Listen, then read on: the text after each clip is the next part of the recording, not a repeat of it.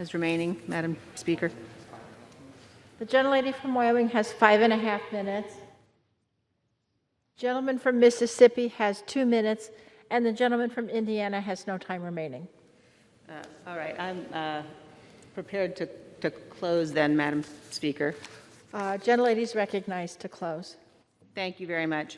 Madam Speaker, just outside this chamber, over the north door in Statuary Hall, which was the old House chamber, stands a statue of Cleo, the muse of history.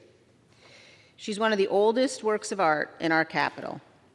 She stands in a winged chariot, the chariot of time, and she takes notes in her book, reminding all of us that our words and our actions will be judged by history. History particularly will judge those of us in positions of public trust for what we are doing today. In the immediate aftermath of the attack, Madam Speaker, we all recognized how profoundly wrong January 6th was. My colleague from Ohio, Mr. Jordan, who just suggested that we were here because we opposed President Trump's policies, seems to have forgotten that actually on January 6th, he himself said, quote, "What happened today is wrong and is not what America is about." The next day, Mr. Jordan said, "What happened Wednesday is a tragedy. Everyone knows it's as wrong can be."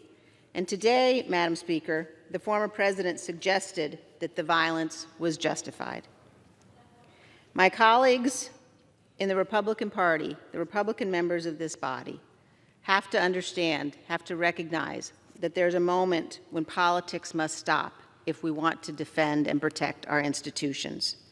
A violent assault on the Capitol to stop a constitutional process of counting electoral votes is that moment. They all knew that on that day. In fact, the minority leader himself stood in this chamber and said, quote, "The president bears responsibility for Wednesday's attack on Congress by mob rioters. He should have immediately denounced the mob when he saw what was unfolding." Mr. McCarthy was right then. The president bears responsibility. We need to know what happened.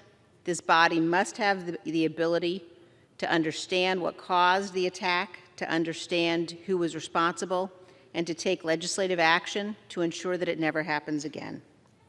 Madam Speaker, I urge my colleagues to support this motion for contempt for Mr. Steve Bannon. I urge them to do so because it is right, it is morally right, it is constitutionally right, and it is all of our duty. And with that, I yield back.